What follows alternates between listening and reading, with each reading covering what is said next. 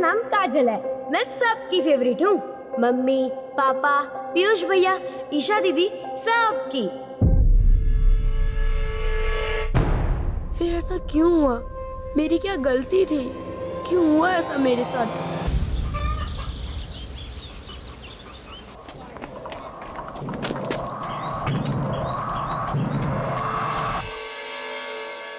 अरे आपने कुछ लीजिए ना। हाँ जी, मिठाई दो बेटा। ठीक है। हाँ, ये ईशा हमारी बिटिया और ये हमारी धर्मपत्नी उमा। चाय लीजिए। द्वारकानाथ जी, हमारे तीनों बच्चे ईशा, पीयूष और काजल बड़े ही सुशील और संस्कारी हैं। पापा वो ना आज स्कूल में।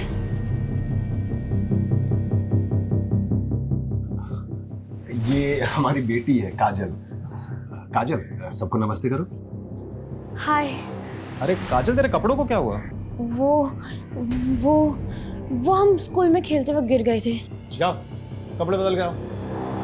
वो कहा है ना कि काजल हम तीनों में सबसे छोटी है, इसलिए सबसे ज्यादा नटखट है। वो कहते हैं ना, छोटे पैकेट में बड़ा धमाका।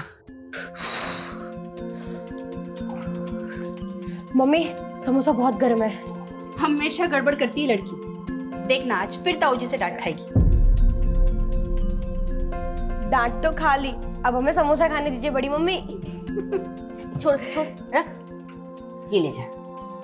अरे रहने दीजिए वृंदा मामी, हम ले जाते हैं। ये तोड़ फोड़ देगी। हम भी आपके साथ चलते हैं। चल।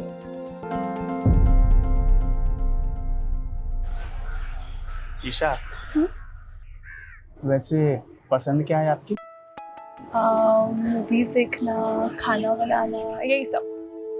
खाना बनाना? अच्छा, हमें तो आज तक कुछ बना कर नहीं दिया। और हमको भी कहाँ खिलाया? तुम दोनों क्या कर रहे हो यहाँ पे? ये लो जूस। अरे होने वाले जीजा जी से मिलने आए है ना पीयूष भैया? और नहीं तो क्या?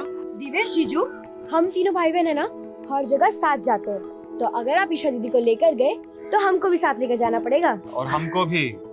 अरे बाप रे, अब एक काम करते हैं, तुम तीनों को कहीं जाने की जरूरत नहीं है। शादी के बाद हम ही यहाँ रहने आ जाते हैं।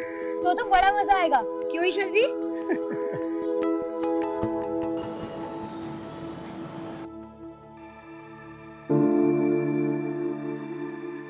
अवधेश में झिझक कह रहे, बोलिए ना क्या हुआ? द्वारकानाथ जी क्या बोले?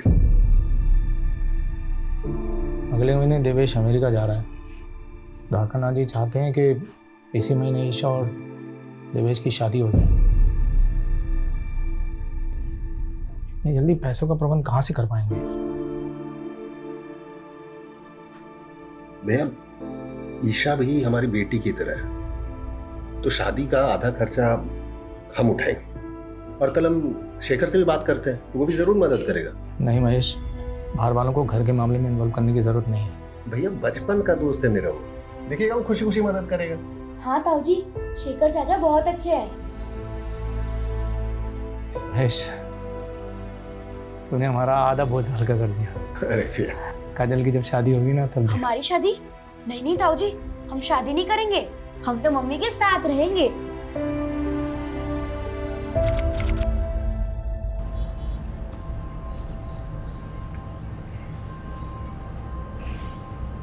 ए काजल,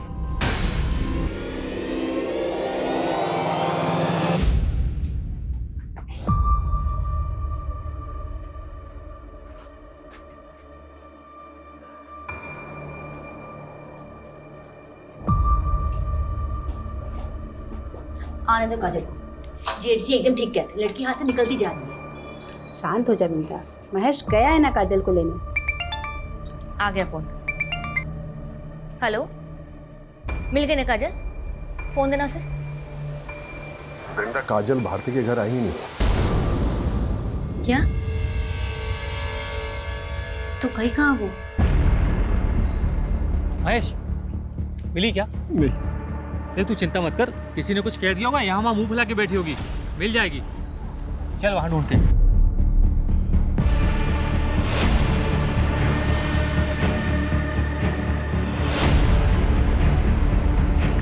काजल मिली?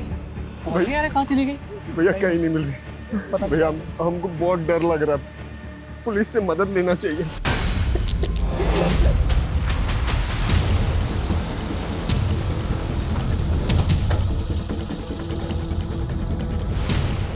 आपने आखिरी बार काजल को यहीं देखा था? जी हाँ। अरे पापा, रास्ता भूल गए क्या? हमारा घर तो उस तरफ है। बेटा भूला नहीं, बस है ना, मैं काम पूरा करके आ रहे हैं। तो हम भी आपके साथ चलते हैं और आते वक्त हम चॉकलेट ले लेंगे। बेटा तो चॉकलेट तो शंभू चाचा से ले ले, हम बस काम खत्म करके आ गए। काजल की तस्वीर सभी पुलिस स्टेशन में सर्कुलेट करो। सर, आसपास की सभी दुकानें बंद हैं। अब तो सुबह जब दुकानें खुलेंगी सभी को इन्फॉर्मेशन मिलेगी। मैं शर्मा, छोटी बच्ची का मामला सुबह तक का इंतजार नहीं कर सकती। पेट्रोलिंग टीम से कहो कि तुरंत बच्ची की तलाश शुरू करें और पास में एक नाला है, वहाँ भी चेक करो। Okay sir.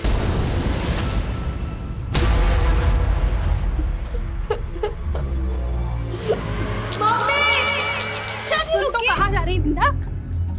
कहाँ जा रहे? काजल नहीं, कहाँ जा? मुझे जाना पड़ेगा उसमें। आ जाएगी काजल बेटा, तू शांति रखना। भाभी अभी तक नहीं आई है, पता नहीं कहाँ होगी हमारी बच्ची। कुछ नहीं होगा उससे, आ जाएगी वो। नहीं आई ना भाभी अभी तक? आ जाएगी ना काजल, तू शांति रखना। किस साल में होगी, कहाँ होगी? भाभी हमको हमारी काजल चाहिए। आ जाएगी बेटा।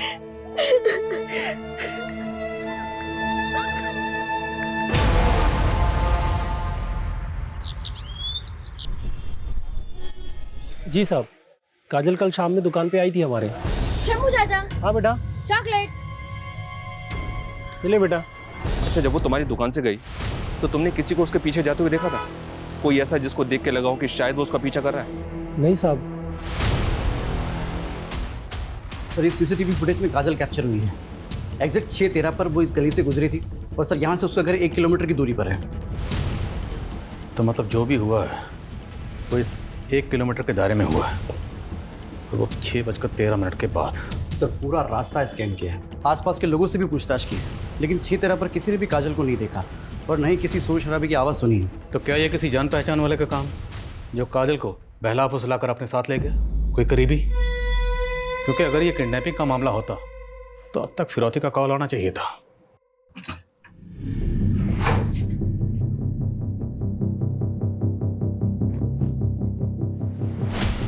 वृंदा, पापा नहीं मिल रही। नहीं मिली। वृंदा मिली? नहीं। अम्मा पूरा घर छान लिए, पड़ोसी में पूछ लिया, चाची नहीं मिल रही।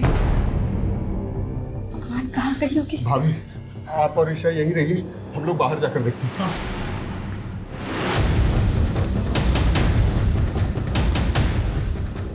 तो महेश, क्या हुआ?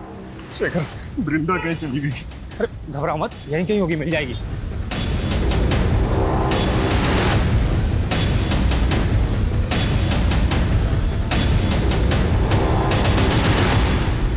वृंदा मामी मामी, आप यहाँ क्या कर रही हैं? आ जाएगी काजल।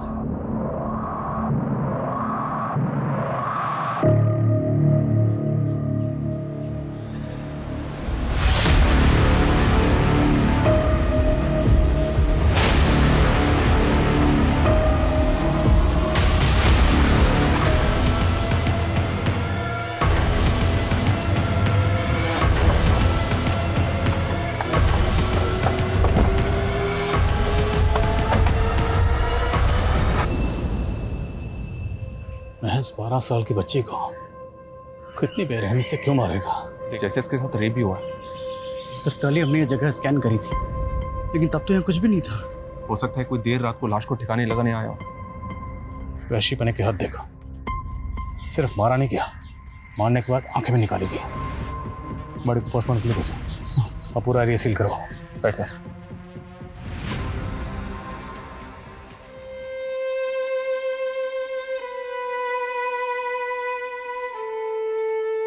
महेश जी, जिसने भी ये किया है हम उसे छोड़ेंगे नहीं।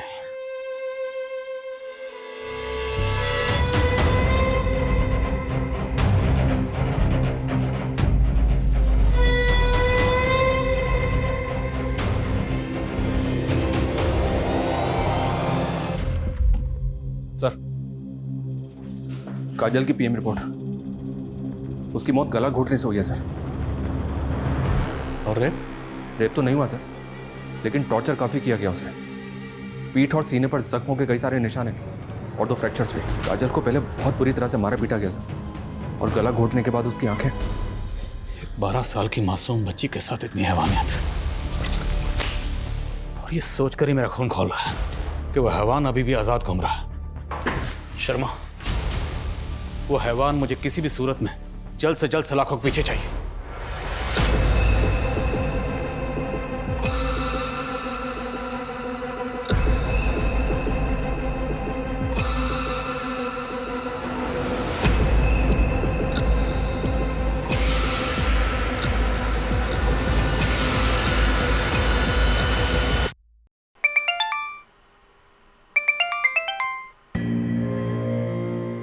कौन बार बार फोन कर रहा है? देवेश के पिताजी हैं, शायद शादी की तारीख फिक्स करने के लिए फ़ोन कर रहे होंगे। शाम को बात करते हैं उनसे, बोल देंगे कि 6 महीने के लिए शादी टाल दें।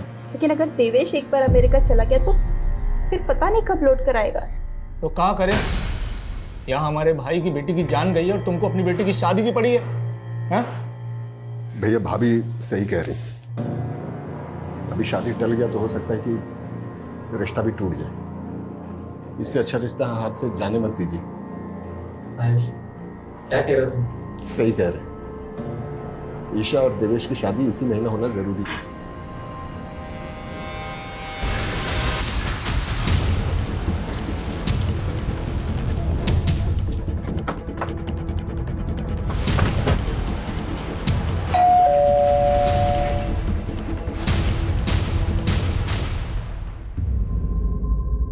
सब ऐसा हमने क्या बिगाड़ा था किसी का, जो हमारे कलेजे के टुकड़े के साथ ऐसा करती।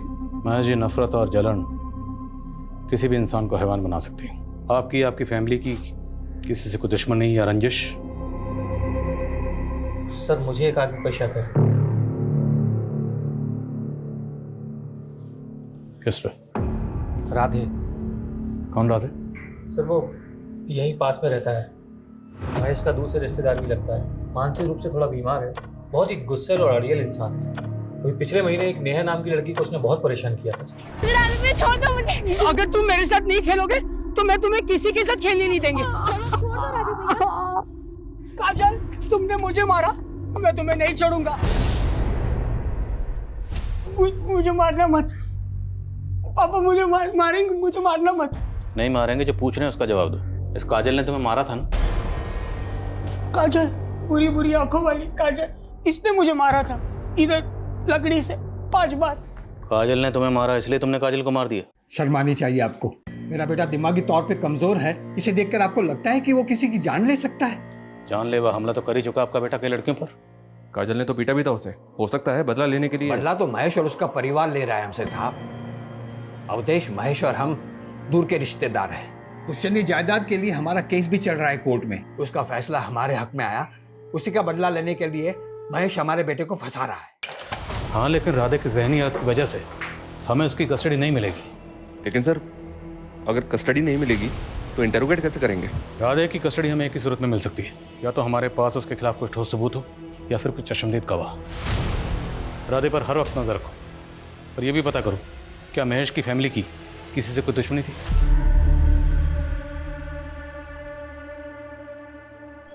उठे, उठ। अरे कौन आवाज कर रहा है? उठ,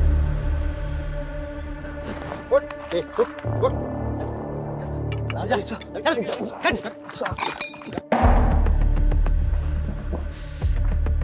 काजल जहाँ से गुजरी थी वहाँ तुम दोनों के नशा करने का अड्डा था, लेकिन काजल की मौत के बाद तुम लोगों ने अपना अड्डा बदल दिया, क्यों?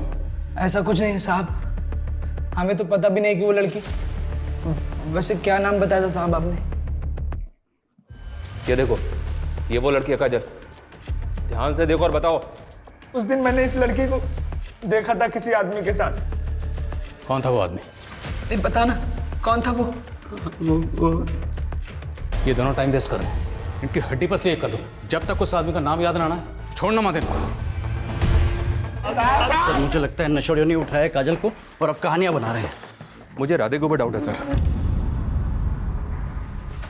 तो सवाल ये है कि काजल को अगर राधे या कोई और जबरदस्ती उठाकर लेकर गया होता तो काजल शोर तो मचाती।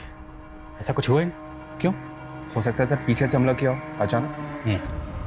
दोनों नशेड़ी पर नजर रखो और राधे से पूछताछ करते रहो। देखते हैं क्या सामने आता है। Right sir. और एक बात सर, हमने काजल के नेबर्स और घर वालों से तो बात की है, लेकिन काजल जिस स्कूल में पढ़ती है वहाँ पे बात नहीं की अभी तक। शर्मा, महज 12 साल की बच्ची थी, तो स्कूल में ऐसा क्या हुआ होगा जो बात मर्डर तक पहुंच जाए? जुवेनाइल क्राइम्स आजकल काफ़ी बढ़ गए हैं, इसलिए सर स्कूल क्राइम और शूटआउट बाहर के देशों में भी देखने को मिले हैं और हमारे यहाँ भी। ठीक है, बात करते हैं स्कूल में। 1 2 3 4 5 6 7। अरे रे, देखो तो बेचारी काजल गिर गई। इसे तो प्रीफेक्ट बनना था ना। चलना आता है नहीं, बनेंगे प्रीफेक्ट। तुम खुद को बुली समझते हो? हम बुली समझते नहीं है बच्चों, हम बुली हैं। स्कूल में सब डरते हैं हमसे। गुड मॉर्निंग सीना sir. Good morning sir, good morning. देखा कैसे डर गया ना। दोबारा हमें यहाँ हमारे दोस्तों को तंग मत करना, वरना सच में प्रिंसिपल सर को बता देंगे। फिर ना ही तुम प्रीफेक्ट रहोगे और ना ही स्कूल में। उस दिन के बाद से आकाश उसके पीछे ही पड़ गया था और एक दिन तो उसने हद ही कर दी। अब पड़ी रहे इधर ही।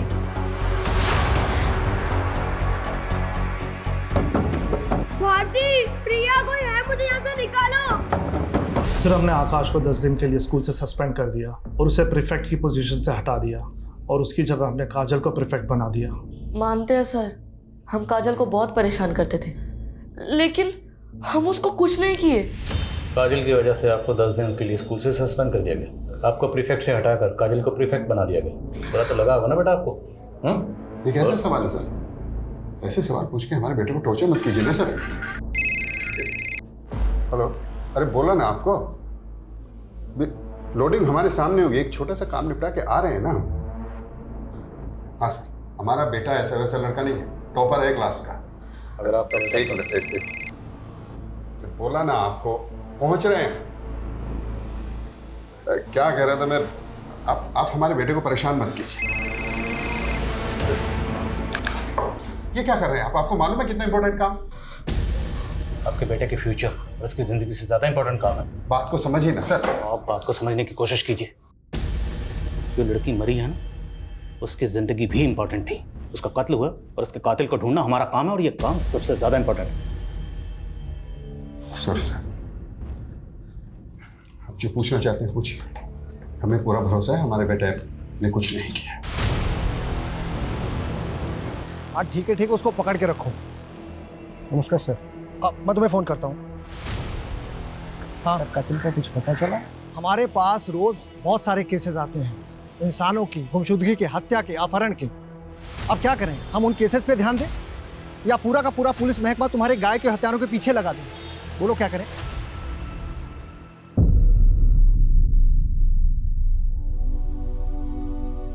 माँ, ईशु दी की शादी में ना मैं ये पहनूंगी। अच्छी लग रही हूँ ना? एकदम परी लग रही है। वृंदा, भाभी साड़ी दी है आज पूजा में पहनने के लिए।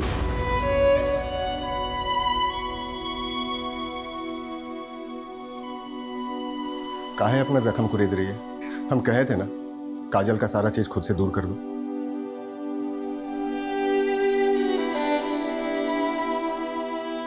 वृंदा, ईशा भी हमारी बेटी है और 10 दिन के बाद उसकी शादी है, तो ये मातम छोड़ो और शादी की तैयारी के लिए भाभी का हाथ बटाओ।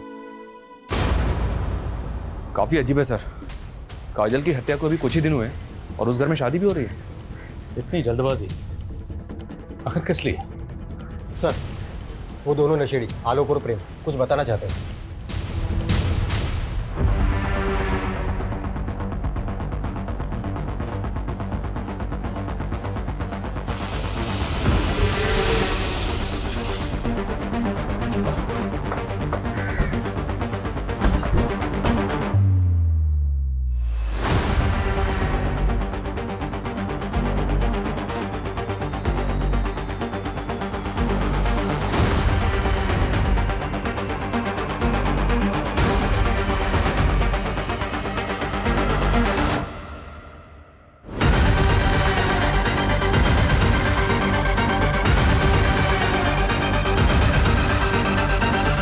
चलें शेखर? शेखर? सर क्या शेखर ने काजल को मारा? नहीं सर, हम नहीं मान सकते सर। देखिए, हमें 2 चश्मदीद गवाह मिले जिन्होंने उस रात काजल को शेखर के साथ जाते हुए देखा था। लेकिन सर शेखर हमारा बचपन का दोस्त है सर। हाँ, मैं मिला था उस शाम काजल से। काजल कहाँ भटक रही है? भूतनी तो भटकेगी और क्या करेगी? अच्छा ये बताए, भूतनी गोलगप्पे खाएगी? तो चल मेरे साथ।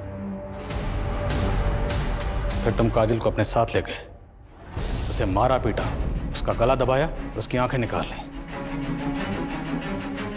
इतनी घटिया हरकत, तुम जैसे इंसान को तो जीने का भी हक नहीं।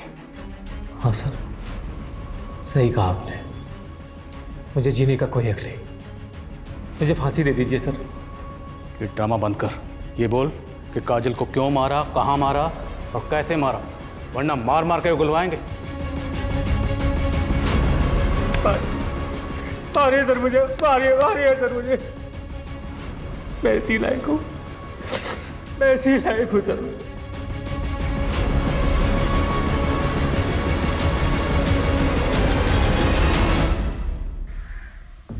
पहली बार ऐसा महसूस हो रहा है जैसे इस केस को क्लोजर नहीं मिला।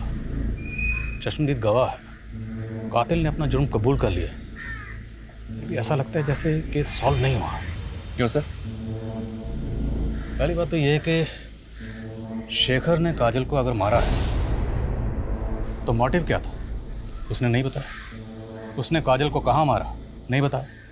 काजल को कहाँ छुपा के रखा था, नहीं बताया। यहाँ तक कि काजल को पेट पर कब लटकाया, उसने कुछ नहीं बताया। तो आपको लग रहा है सर शेखर हमसे झूठ बोल रहा है? लेकिन सोचने वाली बात तो ये भी है सर कि कोई खून का इल्जाम अपने सर पे क्यों लेगा? यही सवाल तो ध्यान में घूम रहा है, पर मेरी गट फीलिंग कहती है शेखर खूनी नहीं। राधे के कोई अपडेट? नहीं सर, उसके घर के आसपास लोग लगाए हैं, लेकिन उस दिन के बाद वो घर से ही बाहर नहीं निकला। शायद बाप ने रुक रखा हो। आकाश और उसके फादर विवेक, उनकी बैकग्राउंड भी खंगाल। हो सकता है टॉपर बेटे के सस्पेंशन से बखला कर उसने ये कांड किया। सर आज ही अपने खबरों को काम पे लगाता हूँ। पता कर। सर एक बात दिमाग में आई है, ये भी तो हो सकता है सर कि ये शेखर किसी और को बचाने के लिए इल्जाम अपने सर पे ले रहा है। महेश उसका बचपन का दोस्त है। शेखर ऐसा क्यों करेगा? ये शेखर की फैमिली प्रयागराज में नहीं रहती है? नहीं सर, 10वीं के बाद मुंबई शिफ्ट हो गया था, लेकिन 3 साल पहले अचानक वापस आ गया और अकेला ही रह रहा है। मुद्दा तो यही है कि शेखर आखिर किसी और के खून का इल्ज़ाम अपने सर क्यों ले रहा है।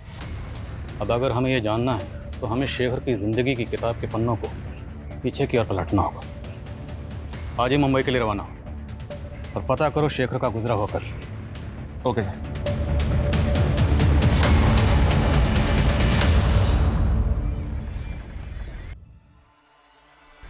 शेखर आज मत जाओ ना ऑफिस। क्या करें, जाना तो हम भी नहीं चाहते, पर हम ना अपना सारा काम जल्दी से जल्दी निपटाना चाहते हैं ताकि अपने बच्चे और तुमको ज़्यादा से ज़्यादा समय दे सकें। चलो अपना ध्यान रखना।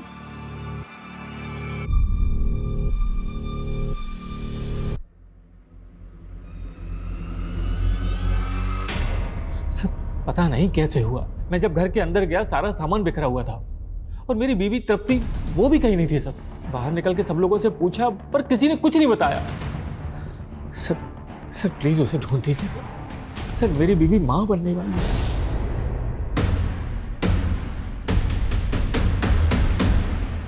क्या शेखर पर उसकी बीवी की मौत का चार्ज लगा था? जी सर, शेखर 1 साल तक जेल में था, डिप्रेशन में चला गया था।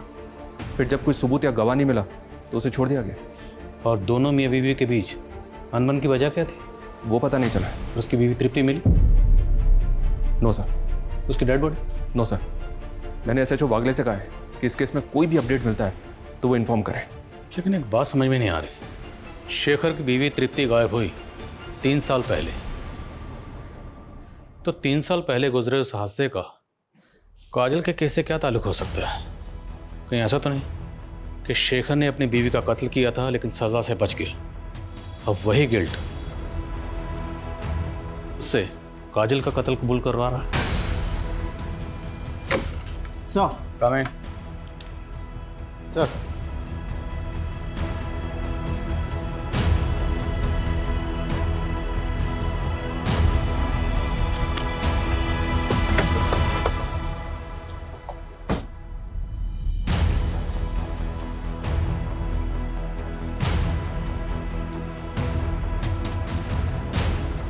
माफ़ी चाहते साहब आपको तकलीफ़ देने के लिए।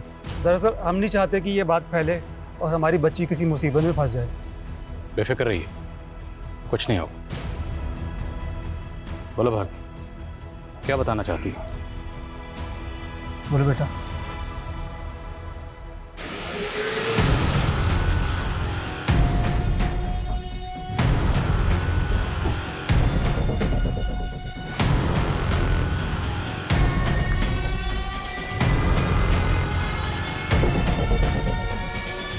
उठाओ मैडम को।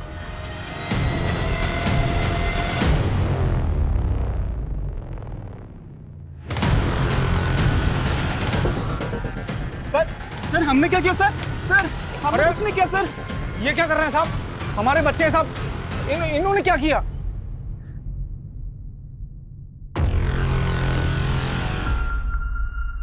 सुना है तुम तीनों भाई बहन में बड़ा प्यार था, और तुम दोनों में तो कुछ ज्यादा ही प्यार था। इश्क, एक नाजायज रिश्ता। तुम दोनों के राज से पर्दा उठ चुका है। अब बेहतर यही होगा कि आगे की कहानी तुम लोग खुद बताओ। बोलो। हाँ सर, ये सच है कि हम दोनों एक दूसरे से प्यार करते, बचपन से साथ में खेलते कूदते बड़े हुए, और हमें पता है कि समाज कभी भी रिश्ता मंजूर नहीं करेगा, मगर हमने कभी पीयूष को अपना भाई नहीं माना और नहीं मानेंगे। आप बाबूजी तो बचपन में ही बस हादसे में गुजर गए थे। उसके बाद में महेश मामा और अद्वेश मामा ने ही मेरा पालन पोषण किया। ईशा की शादी हम किसी और से होते हुए नहीं देख सकते थे, और ना ही ईशा के साथ शादी हम सबके सामने कर सकते थे। इसीलिए हमने ये रिश्ता सबसे छिपाया था। पीयूष, 1 महीने में शादी हो रही है हमारी। हम मर जाएंगे लेकिन किसी और से शादी नहीं करेंगे। हम तेरी शादी के 1 दिन पहले यहाँ से भाग जाएंगे, मुंबई चले जाएंगे। फिक्र मत करना तू, मत कर तू फिक्र, मैं सब संभाल लूंगा। ईशा दीदी, पीयूष भैया। अब अगर काजल इसके बारे में पूरे परिवार को बता देती तो तुम दोनों के भागने का प्लान चौपट हो जाता। उस दिन तुम काजल को भारती के घर के बाहर मिले थे। झूठ तो बोलना मत, क्योंकि भारती हमें सब कुछ पहले ही बता चुकी है। हाँ, ये बात सच है सर। हम जानते हैं हमसे बहुत बड़ी गलती हो गई है। ईशा को भी समझ में आ गया है। हमने भागने का प्लान भी कैंसिल कर दिया है। सच्ची, सब कुछ वैसा ही चलेगा जैसा कि घर वाले चाहते हैं। तुम समझ रही हो ना हम क्या कह रहे हैं? तुम किसी को बताओगे तो नहीं? ठीक है भैया, हम किसी को नहीं बताएंगे, पर आप अपना वादा तो नहीं तोड़ोगे ना? नहीं, पक्का वाला प्रॉमिस। ठीक है। काजल ने वादा किया था कि वो किसी को कुछ नहीं बताएगी। हमने भरोसा किया था उस पर उसने तुम्हारे विश्वास को तोड़ दिया। उसने अपनी दोस्त भारती को सब कुछ बता दिया था। तुम काजल को मिले, अब उसे अपने साथ ले गए, उसे मारा पीटा, उसकी आंखें निकाल ली, उसका गला दबाया। नहीं सर, ये बिल्कुल झूठ है सर। हमने काजल को नहीं मारा। इसी भतीजी की शादी के लिए मरे जा रहे थे ना आप? हाँ, अपनी बेटी के शौक से ज्यादा आपको उसकी शादी की पड़ी थी। ईशा और पीयूष के साथ साथ आप भी मेरी बेटी की मौत के जिम्मेदार हैं।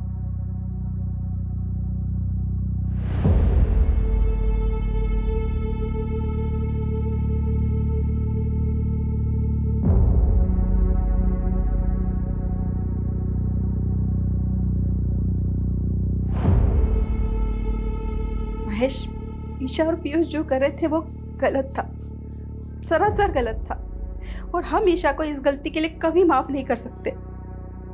लेकिन मेरा दिल ये मानने के लिए तैयार ही नहीं है कि ईशा काजल को मार सकती है। अरे, अपनी सगी बहन मानती थी वो उसे। हाँ महेश, हमें तो लगता है कि ये काम सिर्फ पीयूष का है। भैया, हम हमेशा आपका इज्जत किए, आपके हर बात को माने, लेकिन इस मामले में अच्छा होगा कि आप कुछ न बोली।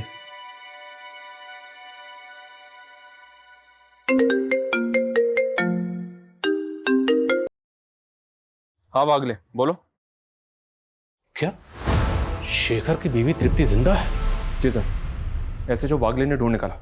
शर्मा, तुरंत मुंबई के लिए निकलो।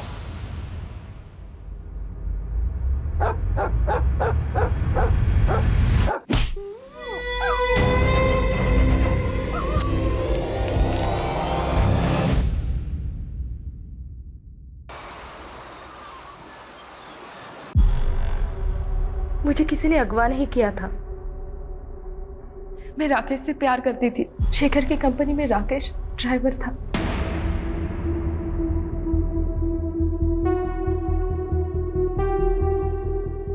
और मैं शेखर को छोड़ना चाहती थी, इसीलिए ये हम दोनों का प्लान था। अपनी आजादी के लिए तुमने एक बेकसूर को फंसा दिया। इससे तो अच्छा होता कि तुम उससे साफ साफ बात कर लेते, डिवोर्स दे देते। मेरे फैमिली वाले मुझे डिवोर्स लेने नहीं देते, पर तब मैंने ये नहीं सोचा था कि शेखर मेरे खून के इल्जाम में जेल चला जाएगा। पर एक तरह से मैंने भी सजा भुगती। कैसी सजा? शेखर से अलग होने के बाद मैं कभी खुश नहीं रह पाई। मेरा बच्चा भी मरा हुआ पैदा हुआ। शेखर भी डिप्रेशन में था और अभी भी जेल में बंद है वो। एक बच्ची के खून का इल्जाम है उसके सर पे। सब शेखर कभी खून नहीं कर सकता। वो तो बहुत नेक इंसान है। मैं ही बेवकूफ थी जो उसको समझ नहीं पाई।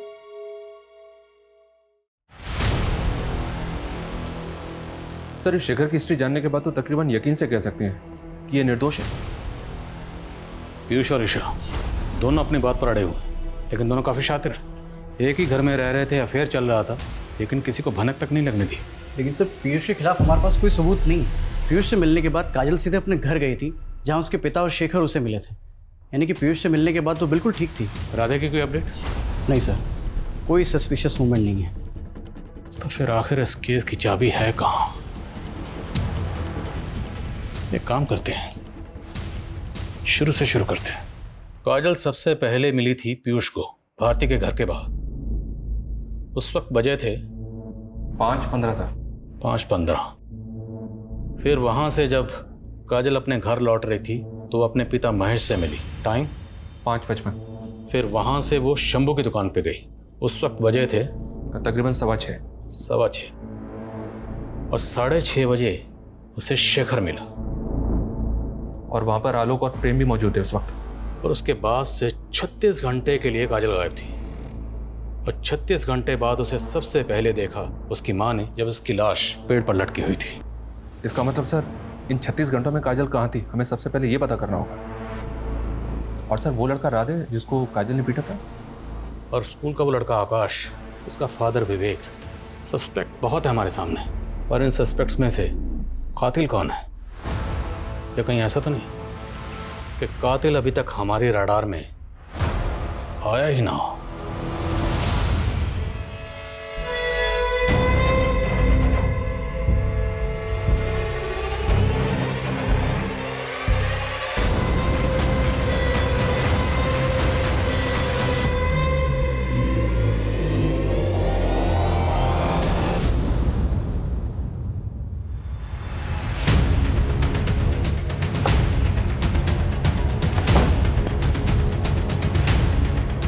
जय हिंद सर।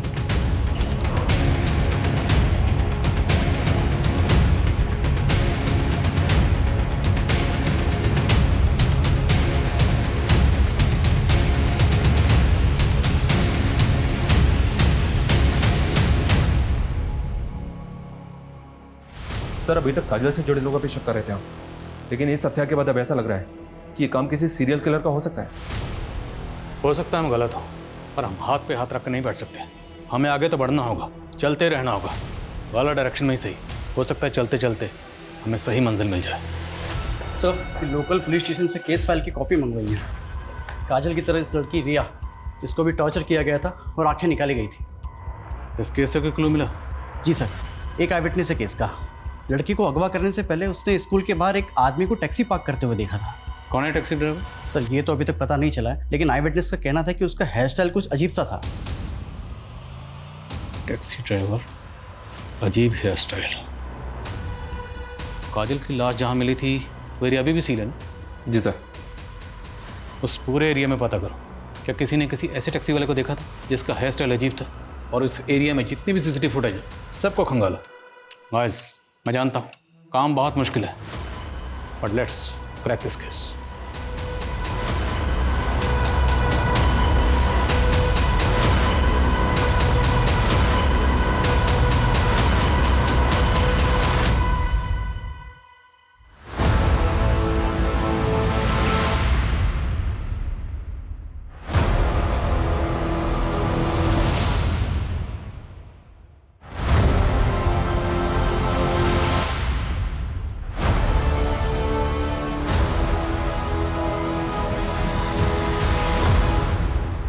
टायर मार्क्स की तरफ हमने कभी ध्यान ही नहीं दिया। सर ये एरिया तभी से सील है, ये इससे पहले क्यों हो गया? एक्सपर्ट को बुलवाओ, पता लगवाओ कि टायर मार्क्स किस व्हीकल के हैं। अब इस केस में रोशनी अंधेरे में तीर चलाने से ही होगी।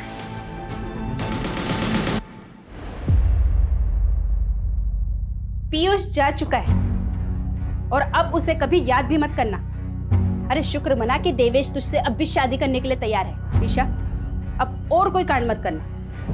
हम वादा करते हैं माँ, अब जैसा बोलेगा हम वैसे ही करेंगे। सर, मैं प्रयागराज में हुए दूसरे सिमिलर केसेस ढूंढ रहा था, तो ये केस मेरे सामने आया, अवनी दीक्षित का। काजल, रिया और अवनी, तीनों केसेस में विक्टिम को पहले टॉर्चर किया गया, उसके बाद उनकी आंखें निकाली गई। और सर इन तीनों में से किसी का भी रेप नहीं हुआ।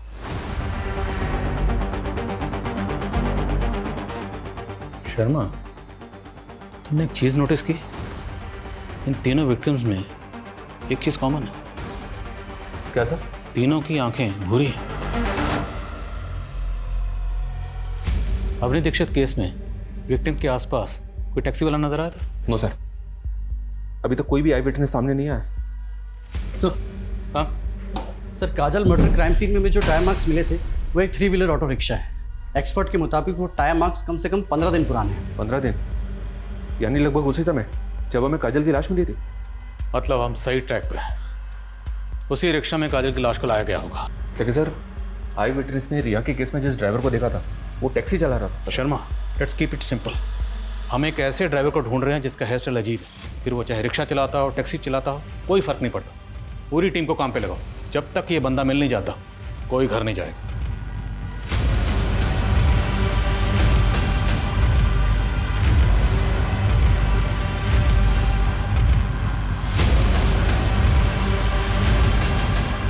सर ये 2 ड्राइवर्स मिले हैं, दोनों की अपनी अपनी कहानियां हैं, अपने अपने अलीब हैं। 1 मिनट सर, ये आदमी, इसको तो देखा है मैंने सर। कौन है ये? तो वही ड्राइवर है सर जिसके साथ शेखर की बीवी तृप्ति भागी थी। राकेश नाम है इसका। सर अभी कुछ देर पहले ही छोड़ा है मैंने, ज़्यादा दूर नहीं गया होगा, उठा लेते हैं उसे। नहीं, रुको रुको रुको, जाने दो उसे, लेकिन नज़र बनाए रखो। ये जो भी है अब इसे सबूत के साथ ही पकड़ेंगे।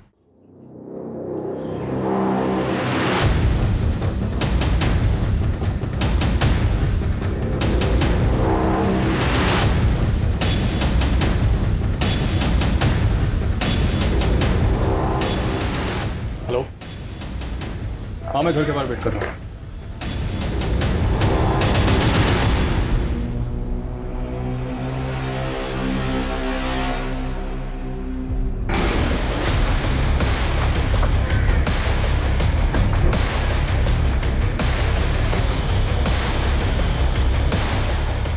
आप लगाइए मेहंदी।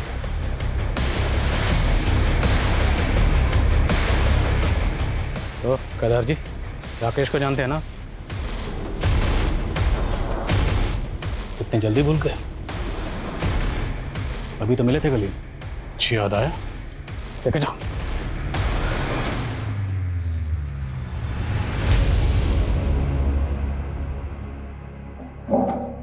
बोलिए केदार जी, सच का बोझ बहुत भारी होता है, उतार दीजिए। राधे, हमारा बेटा, आप तो जानते ही हैं कि वो दिमागी तौर पे कमजोर है। हमारा वंश आगे बढ़े, इसके लिए हमने हमसे कम उम्र की लड़की शीला से शादी कर ली, ताकि तंदुरुस्त और हेल्दी बच्चा पैदा हो। 3 बार हमारी बेबी उम्मीद से थी, लेकिन तीनों बार बच्चे पेट में ही मर गए और हमें हर हालत में तंदुरुस्त बच्चा चाहिए था। इसलिए हम हमारी बीवी को लेकर बंबई चले गए। कुछ दिनों के बाद हमें तृप्ति मिली, शेखर की बीवी। केदार जी प्लीज शेखर को मत बताइएगा। नहीं बताएंगे, हम हमारी परेशानी में उलझे हुए हैं, इसीलिए तो मुंबई आए हैं। क्या परेशानी है आपको? दूसरी शादी इसलिए की ताकि बच्चा हो जाए। ये मेरा पति है राकेश। बंबई इसलिए आया हूँ कि बीवी का इलाज हो जाए तो मैं घर का चिराग मिल जाएगा। राकेश हमें एक बाबा के पास लेके गया, उसने उपाय भी बताए। तेरी पत्नी जिंदा बच्चे को जन्म दे सकती है, लेकिन उसके लिए तुझे बलि देनी होगी। 3 गायों की बलि, 10 कुत्तों की बलि और 3 भूरी आंखों वाली लड़कियों की बलि देने के लिए कहा। राकेश ने कहा कि गाय और कुत्ते की बलि तो वो खुद दे देगा। जानवर को मारना इतना मुश्किल नहीं, लेकिन इंसान को। काजल को कैसे चुना? किस्मत है साथ दिया साहब। मेरी बीवी का पहला पति शेखर भी वहीं रहता था, काजल को अच्छे से जानता था। हमने उस रात काजल को रोका और उसे बताया कि तुम्हारे शेखर चाचा की खोई हुई बीवी मिल गई है। शेखर चाचा की बीवी? आप उन्हें जानते हो अंकल? हाँ बेटा, अच्छी तरह से। उनकी फोटो भी है मेरे पास, ये देखो। अभी कहाँ है वो? चलो मेरे साथ, मिलवाता हूँ उनसे। तृप्ति चाची कहाँ है? है ना कत्थई आंखें, जैसी चाहिए थी। काजल के बाद 2 लड़कियां और उठाई इसने, और उनको भी काजल की तरह ही मारकर पेड़ पे लटका दिया, ताकि लोगों को लगे कि ये किसी सीरियल किलर का काम है। उस ढोंगी बाबा को मुंबई में अरेस्ट कर लिया सर, और उसने सब कबूल भी कर लिया। सर कोई सोच भी नहीं सकता था केदार एक बच्चा पाने के लिए इतना घिनौना जुर्म करवाएगा। अंधविश्वास और लालच का मेल बड़ा खतरनाक होता है। केदार को हर हालत में अपनी संतान चाहिए थी। इसी लालच में वो ये खतरनाक खेल खेल रहा था, जिसमें उसका साथ उस सरफिरा राकेश दे रहा था, और जिसका फायदा उस ढोंगी बाबा ने भी उठाया। अफसोस सिर्फ इस बात का है, इस खेल में उन 3 मासूम बच्चियों ने बिना वजह अपनी जान गंवा दी। और शेखर,